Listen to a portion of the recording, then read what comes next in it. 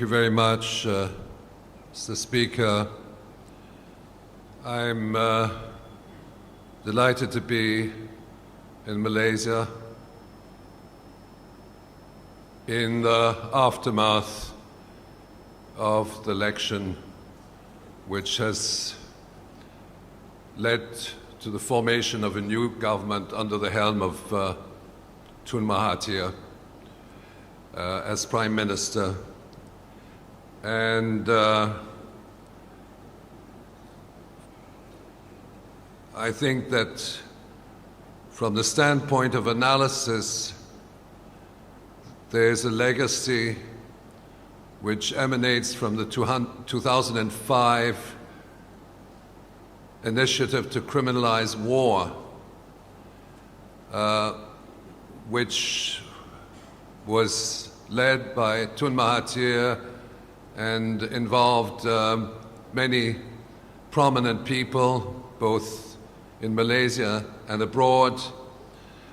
I won't dwell upon that, but I think it's a very important concept, the criminalization of war, because at this moment, the protagonists of war are saying, no, we're not involved in war, we're involved in peacemaking undertakings.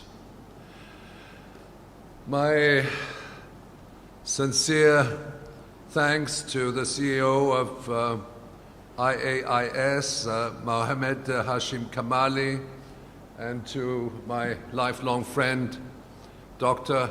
Chandra Muzaffar, and the staff of both JUST and IAIS for the opportunity to address this audience this afternoon. I'm sorry, this morning. Okay.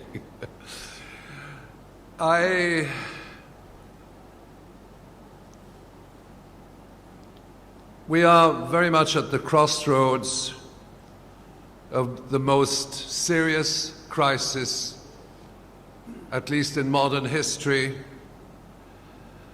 The United States and its allies, its NATO allies, have embarked upon a military adventure, a long war which threatens the future of humanity, and that is not an understatement. I should mention that the text, the background text of my presentation, if you have a handheld, you can get it online at globalresearch.ca in the left-hand corner. It's thanks to technology. I won't necessarily be following this text verbatim, but it's a background text of analysis which may be useful at some subsequent stage. And when I say that this is the most serious crisis in modern history, in fact in world history, which threatens the future of humanity, that is because ultimately war is also sustained by a propaganda apparatus which presents war as a humanitarian endeavor, either under the concept of responsibility to protect or under the guise of the so-called global war on terrorism. So if you ask President Trump and say, you're waging war on Syria, he said, no, we are involved in a counter-terrorism operation. We are there as peacemakers. Of course, wars of aggression, as defined by the 2005 initiative to criminalize war, but also the Nuremberg Protocol, is a criminal undertaking. And in this particular instance, most of the Western heads of state and heads of government would be identified as war criminals. Certainly the President of the United States and his entire team are war criminals. Why? Because they're waging war on sovereign countries. Now, they may say, well, we're not waging war on Yemen, it's Saudi Arabia and the Emirates. But I think we're not stupid to that extent, because US military advisors are swarming Saudi Arabia and the Emirates, and much of the bombing campaigns are coordinated with US military personnel, either in the respective countries or in Yemen. They're there, and they've been there for the last 10 years. Okay? The United States has the tendency to delegate its war endeavors either to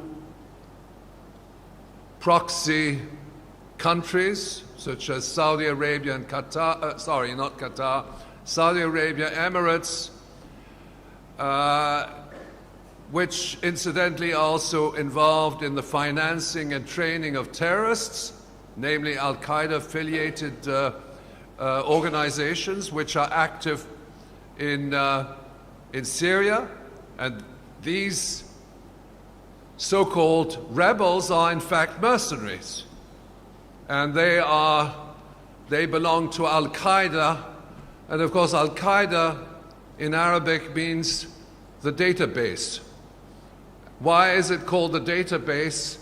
Because back in 1979 the CIA established a database of mercenaries when they were brought, the Mujahideen were brought to Afghanistan to destabilize a secular government, as well as to confront, of course, the Soviet Union, which at the time had been invited into, in a government relationship between the two governments, it was invited into Afghanistan with a view to confronting the terrorists.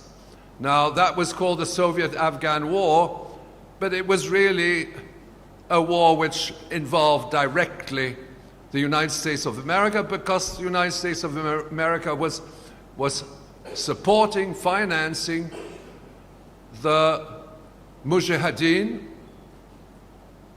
and the Mujahideen were Al-Qaeda.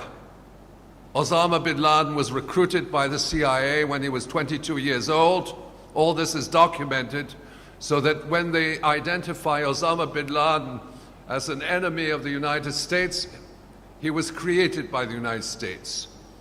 And when Rumsfeld in 2001 said, we can't find him, we don't know where he is, that is absolute nonsense.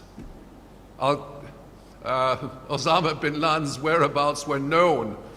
And you should just reflect on the fact that we have modern technology, which is called a GPS, which is very often inserted in the bodies of individuals who are under the auspices of a particular military power. So that, well, let me digress, because on the 10th of September 2001, Osama bin Laden was in a Pakistani military hospital in Rawalpindi. Everybody knew where he was, and that was confirmed by CBS News' Dan Rather. But he was admitted on the 10th, one day before the attacks, and then Rumsfeld said, we don't know where he is, it's like looking for a needle in a stack of hay, I quote unquote. Now let me return to the broader issues. This military agenda, it's a long war.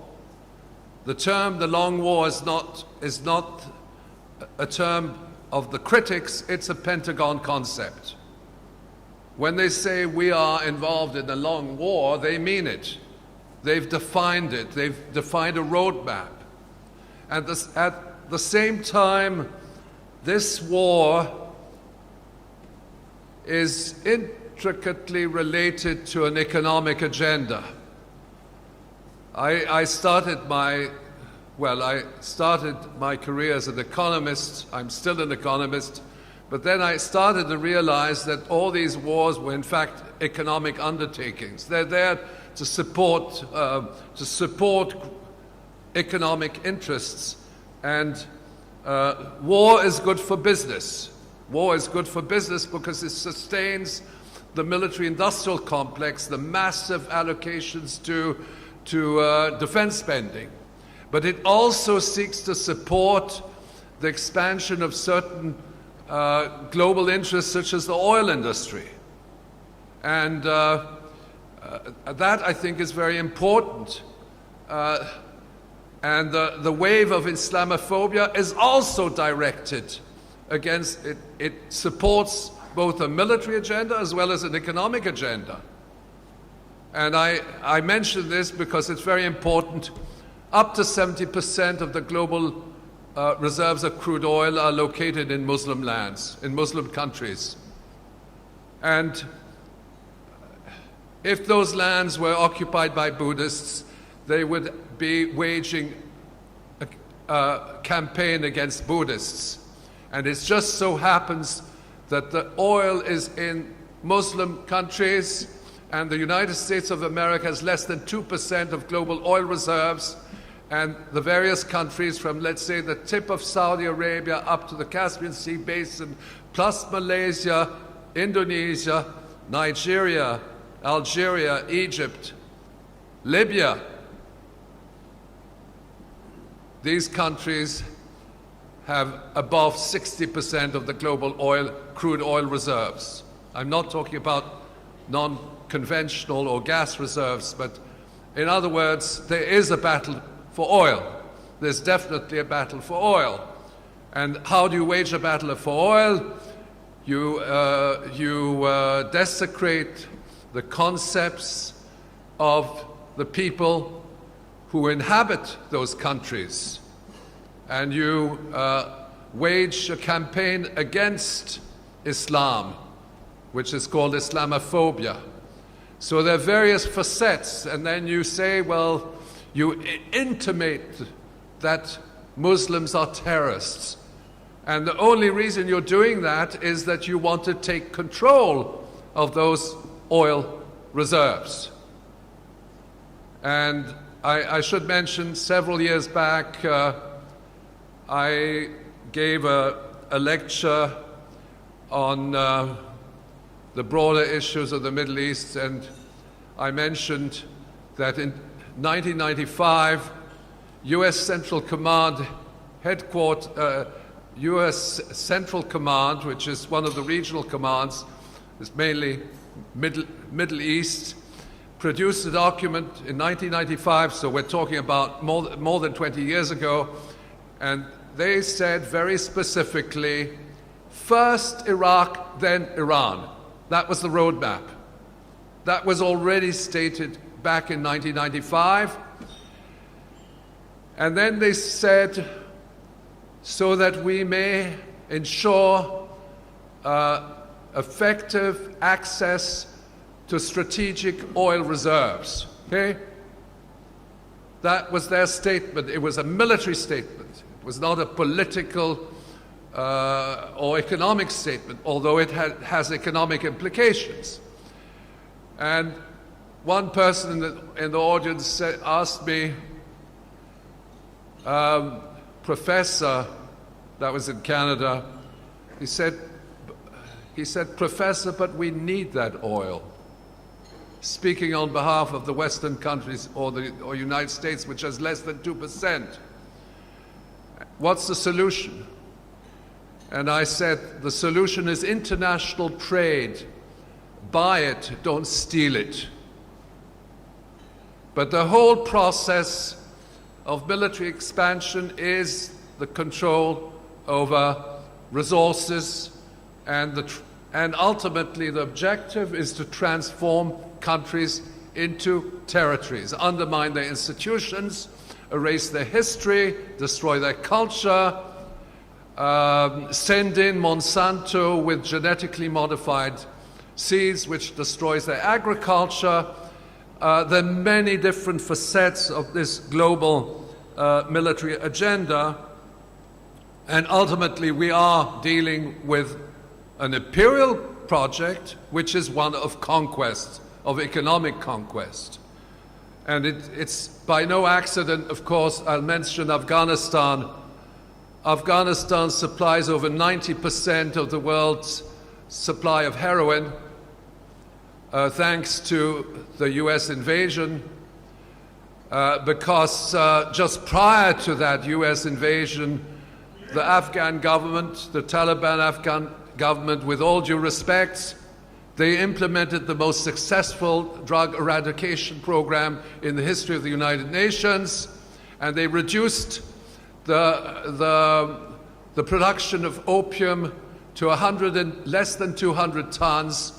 And the moment the invasion took place, the levels of opium production regained their historical levels, and now, today, they are something of the order of 30 times what they were in 2001. Literally creating a flood of opioids into Western countries and worldwide, which is creating a crisis, a social crisis. But let's face it, it's a multi-billion-dollar operation. It's a multi-billion-dollar operation which accrues to all the intermediaries in the global drug trade. So that, I'm not saying that that was the objective of the Afghan war, but it was certainly a consideration. And in its aftermath, why is it that the eradication program did not sustain itself? Why? Because opium is a very lucrative international commodity, which benefits not only the organized crime, but the financial institutions, the retailers, the wholesalers, and so on. And in addition to that, Afghanistan has lithium, and without lithium, we don't have our cell phones, okay? Because lithium is what you make batteries out of. It's also a strategic metal, and various other strategic metals, plus oil and gas reserves. So that these military deployments are very much related to economic objectives. And neoliberalism, the thrust of macroeconomic reforms, interfaces with the military agenda. It's not by accident that, let's say, the president of the World Bank was previously with the US Department of Defense. We've had various examples. Brzezinski at one, no, I'm sorry, not Brzezinski, but we've had, it was Wolfowitz, but we had McNamara, who was Secretary of Defense, who then went over to the World Bank. So that there's a go-between the various institutions which are in charge of the US military and those which are in charge of the global economy and which impose reforms on countries around the world. And I should mention that there's also a link regarding the various regime changes which are implemented worldwide, which involve the routine intervention in elections in different countries, the appointment of governments which are friendly to the United States, including all the countries which have been the victims of US-led wars. Vietnam, Cambodia, well, Indonesia, in one form or another, where the process is to install US-supported governments rather than independent governments which respond to the interests of their population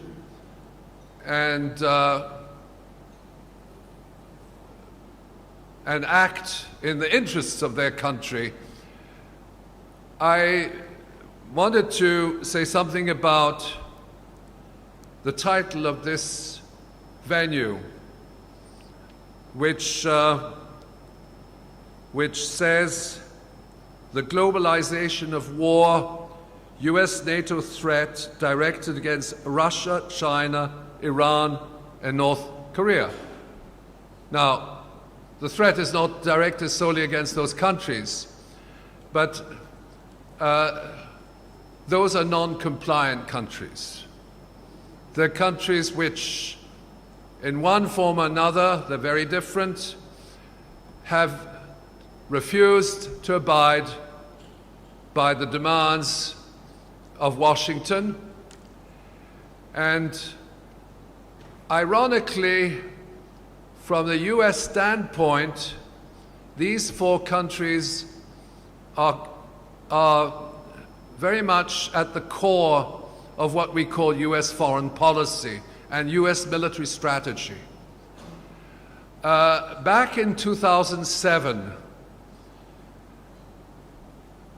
the simulation of a Third World War by the Pentagon was released, and it was made public. They do these simulations every year, but they usually use fictitious countries, okay?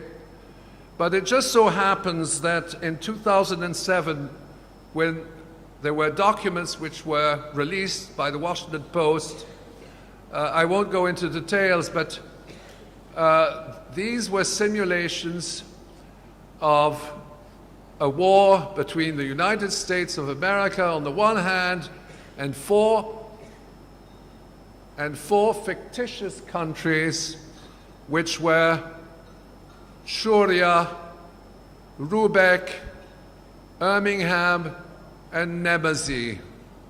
Sharia, China, Russia, Rubeck, Birmingham, Iran, Nemesi, North Korea.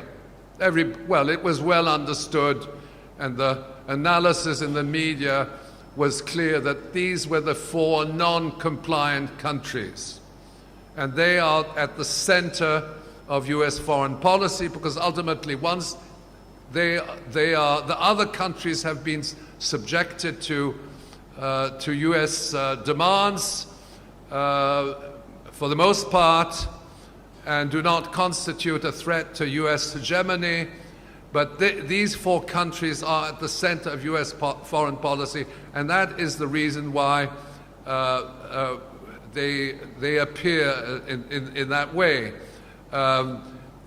Yet I should mention that the process of the military agenda is far more complex, and it involves a global military agenda, which is coupled with an economic agenda, and very often it's the economic agenda, it's what we might describe as economic warfare, which subjects these countries to the demands of the United States of America. And this economic warfare can take on different forms. I'd like to mention one particular instance which is very important, which affected Malaysia in the 1990s, the Asian crisis. The Asian crisis was economic warfare. It was economic warfare. Why? Because anybody who's familiar with speculative markets knows that naked short selling against the currency will lead to the collapse of the exchange rate. And that is precisely what they did. Powerful Western financial institutions, together with Japan, waged an attack on the currencies of several Asian countries, including Thailand, the Republic of Korea, Indonesia, and also Malaysia. Now, I mention this because that's part of the history of Malaysia. And Malaysia well, let me say, Malaysia took certain precautions in regulating its currency, in implementing currency controls, which the other three countries were not able to adopt. There were controls on the ringgit, there was a counter-speculative operation which was led under the helm of Tun Mahathir. Now what happened let me just mention the case of South Korea. South Korea had exactly the same project in mind as Tun Mahathir. In fact, it's a larger country, heavily industrialized, they understand international finance, and the governor of the central bank and the minister of finance said, we will introduce our own project to protect our financial system and our currency. What happened? The US Embassy in Seoul ordered that these two individuals be fired. They were fired on orders of Washington. And of course, the United States had at the time 33,000 troops stationed in South Korea, and they instructed the president of South Korea at the time to fire these two individuals and to appoint a new team, a new minister of finance who happened to be a former official of the World Bank. That's how it happened. What happened to the won? It crashed. And it led to the most destructive bailout in South Korean history. It was not due to any failures in the economy of South Korea. It was economic warfare, and it led to the takeover of large sectors of both the financial apparatus as well as industry by US companies. And often, I should mention, at a negative price. I won't get into the details. What did Mahathir do? There were no troops here. There was certainly conflict within the government. I won't discuss that. But Malaysia was able to withstand the Asian crisis through a counter plan which was adopted by a sovereign government and which succeeded in sustaining the viability of the Malaysian economy and the ringgit. And that, of course, is absolutely fundamental, because those instruments of economic warfare are still there, and they've become even more sophisticated in recent years. You can now manipulate the price of basic food staples, push them up and then push them down, or you do the same thing with oil. So there's a whole movement of speculative operations which belong to that realm of economic warfare. And economic warfare will interface with the instruments of conventional or even non-conventional warfare. Now, back in the early 21st century, prior to the accession of George W. Bush to the White House, what we call the neoconservatives, which were largely the partners of the Bush administration, they put together a document which was called the Project for the New American Century. And now what is distinct about this project is that it really defines the long war. It defines and acknowledges the long war. Of course, if you ask Secretary of State Pompeo, are you waging a long war? He'll say, no, we're involved in peacemaking. We're sending in our troops to make sure that the local population are not are not killed by their government. That's what's happening in Syria. They accuse Bashar al-Assad of killing their own people, which is an absolute fabrication, and the media sustains those fabrications, okay? But so they will say, no, we're involved in peacekeeping. We're killing about 2 million, 3 million people in Iraq, but it's all right because it's a peacemaking undertaking, okay? And the media will concur, and they will concur with a lot of ambiguity. They say, yes, there were people killed, but it's collateral damage, okay? But now the project for the new American century is very explicit. It's very explicit. It identifies very clearly what they want to do, and I'll summarize it. The PNA, well, it is in a sense a blueprint for global domination, and it declares the following objectives: defend the American homeland. Well, the American homeland has never been attacked for more than 200 or 300 years, as far as I know. Where I'm a Canadian, we border with the United States. They've tried to invade us several times. They even had a plan not long time ago in the 1920s to invade Canada. It's official military plan to invade Canada. And somehow the Canadians forgot all about it. But defend the American homeland, well, that's an ideological statement, because then they'll say, oh, North Korea wants to attack us. Now, this is the most important concept. Fight and decisively win multiple simultaneous major theater wars. What this means is that they are not in the consecutive mode of warfare, where you go in, well, at least in terms of what's on this paper, on this document, it's simultaneously. And the third objective is to perform the constabulary duties associated with shaping the security environment in critical regions. Now, the constabulary functions could be the sending in of special forces, it could be its non-theater operations, it could be what they might call a bloody nose operation. It's not sending in troops necessarily.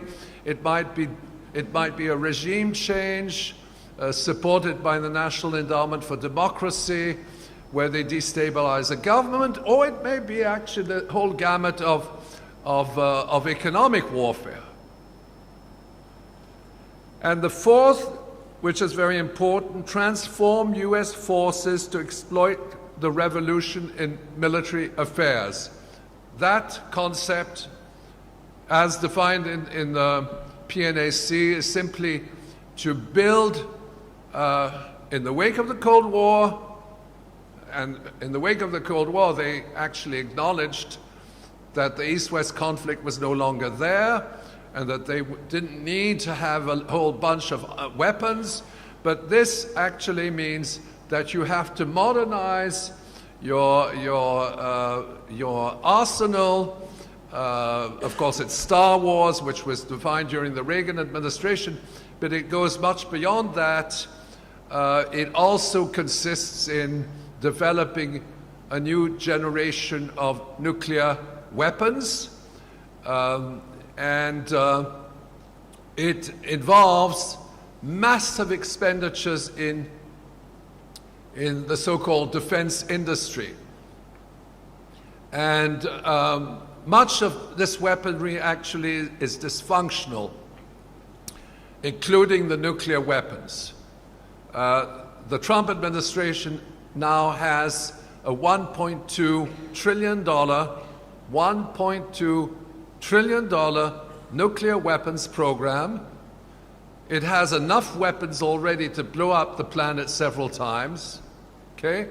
That's not an understatement.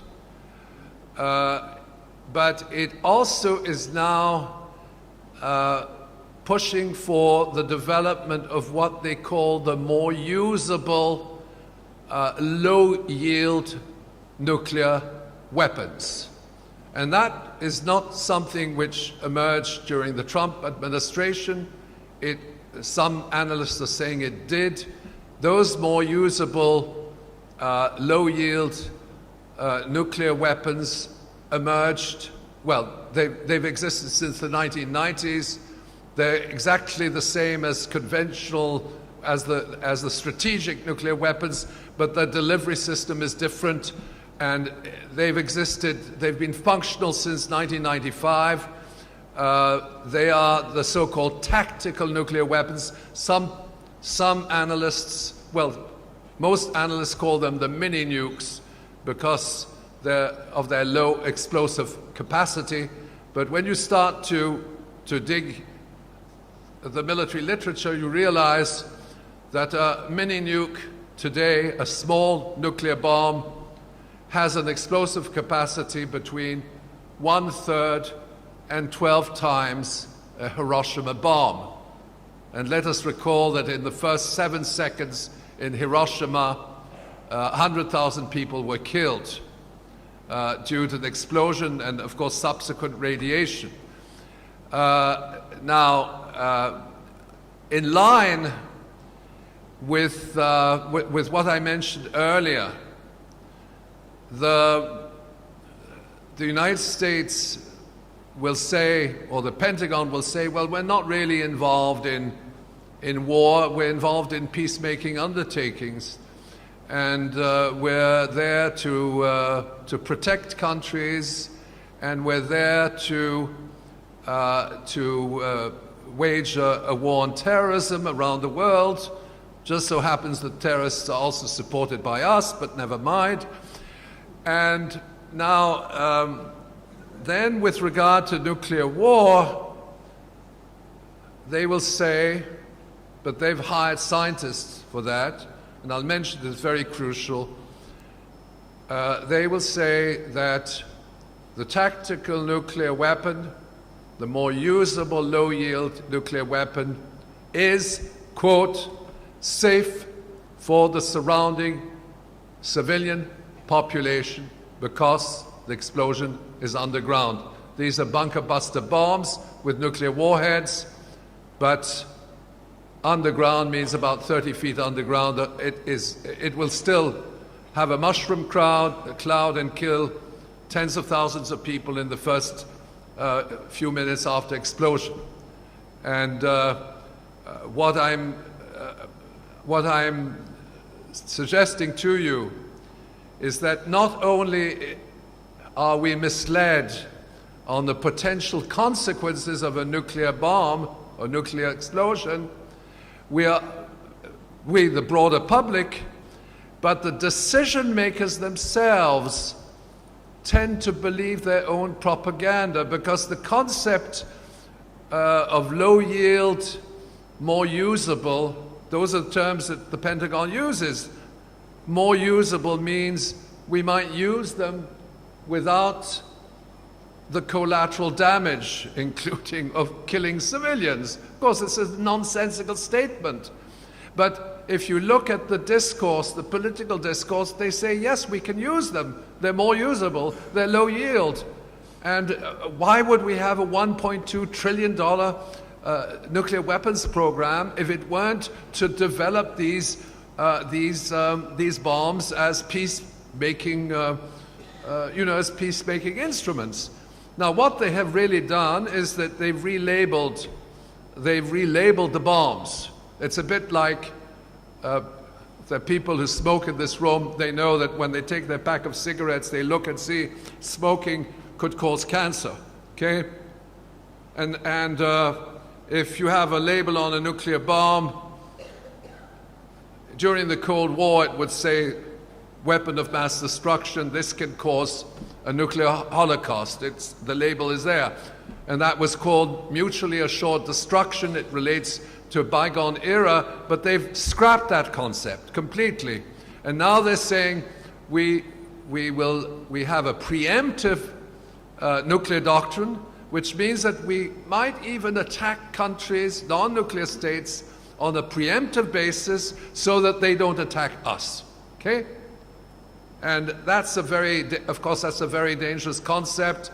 They've defined it in terms of conventional warfare, but also in terms of nuclear warfare. So we'll take that country out before they take us out. The fact of the matter is we have never been taken out in the last 200 years, okay? But never mind. People read that, and people in the military hierarchy will read the military manuals, and they will read the specifics of the B-61-12 bomb, which is this expensive military gadget which is being developed at cost to US taxpayers. Needless to say that all this has devastating impacts on the civilian economy of the United States of America and Western countries, where a large portion of revenue and tax revenues, not to mention debt, is channeled to producing and developing peacemaking weapons of mass destruction, okay? Put it bluntly. Now, we have to, of course, let's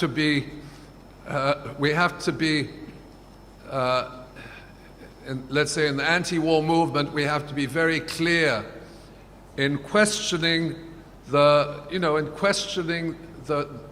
concepts, the underlying concepts behind this military doctrine. When I mentioned earlier, and I'll focus that on in more detail, when I mentioned earlier that the PNAC, which essentially defines the military doctrine of the last the present administration and the two previous administrations, saying we will fight and decisively win multiple major theater wars. What this signifies is that deployments are taking place in all major regions of the world simultaneously, not consecutively. There are deployments on Russia's western frontier, namely Eastern Europe, the Baltics, the Black Sea region, the Caucasus. That is where the deployment is taking place at Russia's doorstep. And it is largely relying on NATO forces which are extending and which are threatening the Russian Federation. And this, of course, is coupled with the whole gamut of Russiagate smears directed against the Russian president, not to mention the Skripal affair, the accusations directed against Russia of having meddled in the election process in the United States. It's still ongoing, and in fact, recent developments suggest, in fact, that the US public is behind that consensus. They consider that Russia is a threat to their security. And I don't see any Russian planes in the streets, in the skies of New York, and they are also creating the legends or the feeling among the broader European public that Russia could invade Western Europe, which is a nonsensical statement. There's absolutely nothing which indicates this.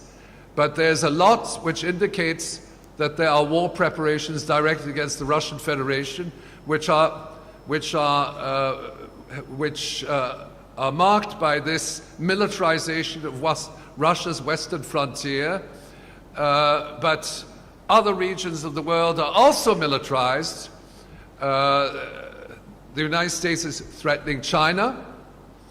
The United States is also, is threatening China, is threatening Iran, is threatening North Korea. Now, North Korea is not being threatened in the same way as the other 2 or 3 countries, because North Korea is a buffer state. and all threats directed against North Korea, in effect, are also directed against Russia and China, which have borders with North Korea. And it is also in the design of the United States to prevent these countries from exerting influence within the Korean peninsula and to oppose the reunification of the two Koreas. If the two Koreas reunite, even in some transitional form, then what you have is the integration of a country of 80 million people, Korea, into the long-distance trade, Belt and Road of China, Trans-Siberian trade, which ultimately now is going against the geopolitical interests of the Atlantic Alliance and the United States of America. And of course, the United States has been threatening China. It has militarized the strategic waterways all the way from the East China Sea, South China Sea, the Arabian Sea, the Gulf of Aden, and the Red Sea. Those are the waterways which are strategic, and these are directed ultimately against China. It's not by accident that China now has established a military base in Djibouti, right at the entrance of the Red Sea. So there are conflicts between superpowers.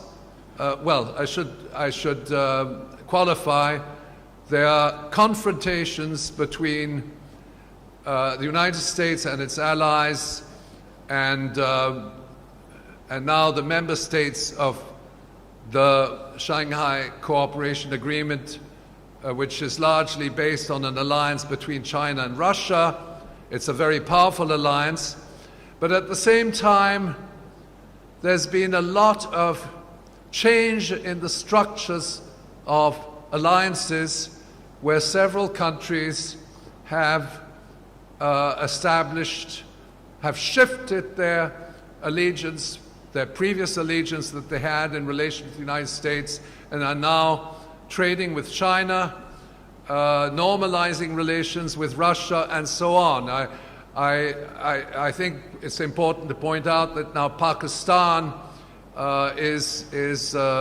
both Pakistan and India have joined the SCO. And that's a very important development. Why? Because, first of all, there's been a rivalry between those two countries, which was created by the British Empire. Okay? It was created by the British Empire. The two countries, normally the people of those two countries should be friends. And now they are members of the SCO, and one of the conditions for their membership is that they resolve territorial differences within the auspices of the SCO, as members of the SCO. So that opens up a tremendous opportunity of peace in Southern Asia. I don't think we've reached that point, but at the same time, those countries are now trading with Iran, they're trading with China, they're trading with Russia, and they are also, there's also a process of what we might say de-dollarization. We haven't reached that point, but again, shifting political alliances are absolutely crucial in our understanding of what's going on in the world today. Now, let me flash back to the other area, main area of deployment, which is the Middle East. And there, of course, the United States is deploying its forces. Invariably, it's deploying its forces through its proxies. It's waging war on Syria. It's waging war on Yemen. It has waged war on Libya.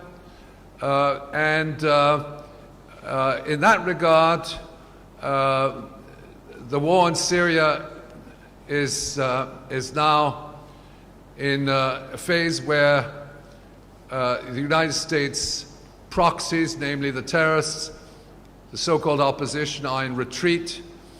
and at the same time, there's been some very important and shifting alliances within NATO, primarily due to the fact that Turkey is no longer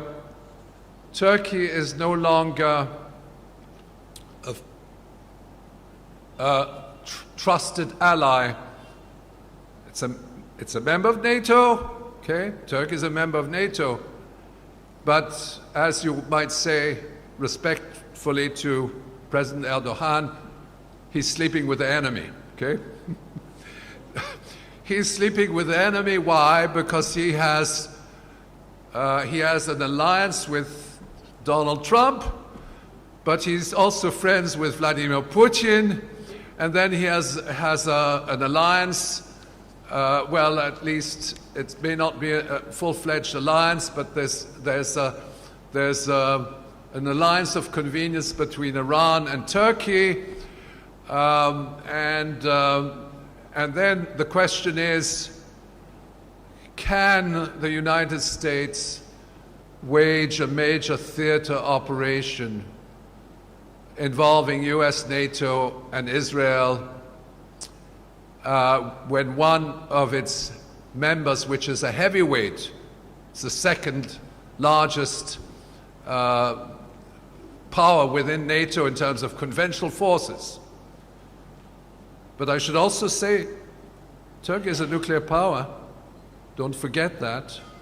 Why? Because it has these tactical nuclear weapons are in fact deployed by 5 non-nuclear states, which are members of NATO and members of the European Union, under national command, which is Belgium, Holland, Italy, Germany, and Turkey. And Turkey has nuclear weapons deployed from its Incirlik base, and it has more nuclear weapons than North Korea. In fact, I think it has about 5 times more. That's an important concept. Even though those bombs are made in America, they're under national command. And the question is, can the United States reasonably go to war with its avowed enemies when one of its key allies, Turkey, is not only has alliances and understandings with some of the enemies of the United States of America, but which is also combating, which also has a conflict with the United States in northern Syria, where the United States is supporting the Kurds, and Turkey has the ambition of territorial expansion in the border areas of northern Syria. So that, in fact, there are many different,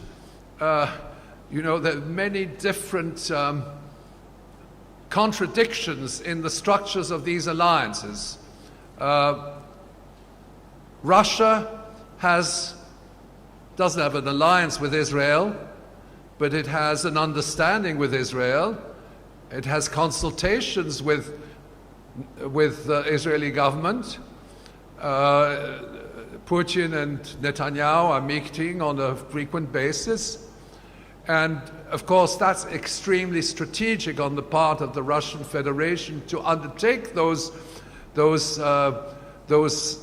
informal alliances, because ultimately it also weakens the broader US-dominated alliances. Now, Israel may consult with Russia before obeying the orders of the United States.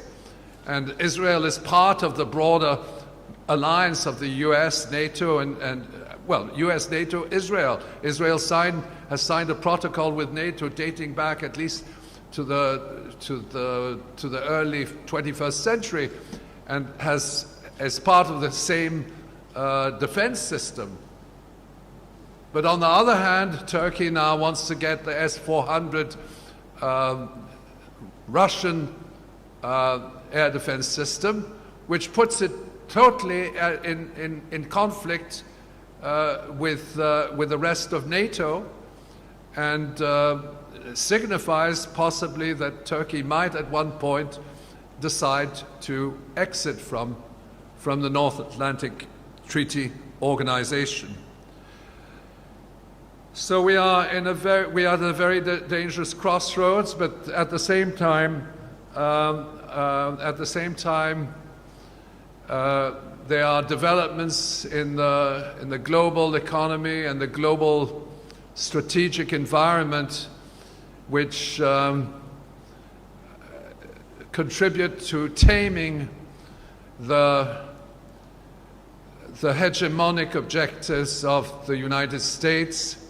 I should mention the United States is also creating divisions in the European Union. There's a lot of popular opposition to their role. The governments are conforming. Some of those governments are proxy governments, like France, certainly France. Emmanuel Macron, but his predecessor, Nicolas Sarkozy, was really the first, not to mention François Hollande. This is a new generation of leaders which are pro-American, so that the European project is in limbo. Many European countries now are the victims of these deadly macroeconomic reforms, which previously were reserved to third world countries. And I think, to conclude, they've asked me to conclude, I think we must understand, first of all, the dangers. It's very it's almost impossible to say what would happen in the case of a nuclear war until it actually happens. But I think scientific opinion is absolutely has a consensus that this would possibly lead to the end of humanity if nuclear weapons are used on a more extensive basis, even if we're talking with the more usable. But we must beware of the fact that the decision makers behind this military agenda, first of all, they're not always very educated people, okay? I don't think that Trump has the notion of geography. Because if he had the notion of geography, he would understand that the capital of Seoul is about 22 kilometers from the border with North Korea, and it's like going from the Trump Tower in Manhattan to New Jersey, okay? So now if you bomb Manhattan, obviously New Jersey will be affected as well, or vice versa. The use of a bloody nose tactical nuclear operation directed against North Korea, which is still on the auction, which is still on the board of the Pentagon, would inevitably lead to escalation. So we must address that, and this is one of the main causes of world history, are mistakes. Mistakes. We saw what happened with World War I. And World War I was also launched as a result of shifts in political alliances, okay? Those alliances, the Triple Entente, the Triple Alliance, the Triple Entente, shifting alliances, then led to World War I. Our structure of alliances are exceedingly more complex than those which characterized the First World War. And there are a whole series of cross-cutting coalitions which constitute elements of stability. Now, the United States will persist in breaking the alliances which go against its hegemonic interests. And we can expect that in the future. But we should bear in mind, and that's where counter-propaganda comes into play, and if we're against war, we have to essentially address the fact that the media, as well as governments, are misleading us. They're telling us that nuclear war is harmless to civilians. It's a lie. They're telling us that they're waging a war on terrorism. It's a lie. They're telling us that they have a responsibility to protect, and then they go in and kill people. Again, it's a lie. And unfortunately, the corporate media is putting pressure on its journalists to actually adopt that discourse. And we should understand that mistakes are the main cause of historical change. And there's several types of mistakes. There can be a mistake at the technical level, and nuclear weapons are not safe in that regard. Some of the people who are responsible for guarding the nuclear weapons are either on alcohol or drugs. It's documented. LSD, whatever. Alcohol. They are not reliable, and if Trump presses the button, we don't know what, or he doesn't press the button, we don't know what will happen. But mind you, under present procedures, the button can be pressed by a 3-star general, because the tactical nuclear weapons have been redefined as conventional weapons. That goes back to 2003. So that mistakes of a technical level are one, but mistakes which result from misunderstanding of the consequences of particular weapon systems and the actions that a decision maker might take, that of course is a political mistake, but it is also due to the fact that the decision makers are the victims of their own propaganda. They believe that they're going after the terrorists. Ask any senator. They believe that nuclear weapons are usable and are safe for civilians. And they ultimately, well, they believe in their lies. And if we go back to Hiroshima, and that's where all this propaganda apparatus started, and it's not finished. And I will conclude on those notes. Harry Truman addressed the nation on August 9th, 1945, and he stated, "The world will note the first atomic bomb was dropped on Hiroshima, a military base, and that was because we wanted to save the lives of innocent civilians." That was his statement, and the news media applauded, and the fact that Hiroshima was not a military base has been forgotten in the meantime. Those deaths were categorized as collateral damage, and they are still categorized as collateral damage.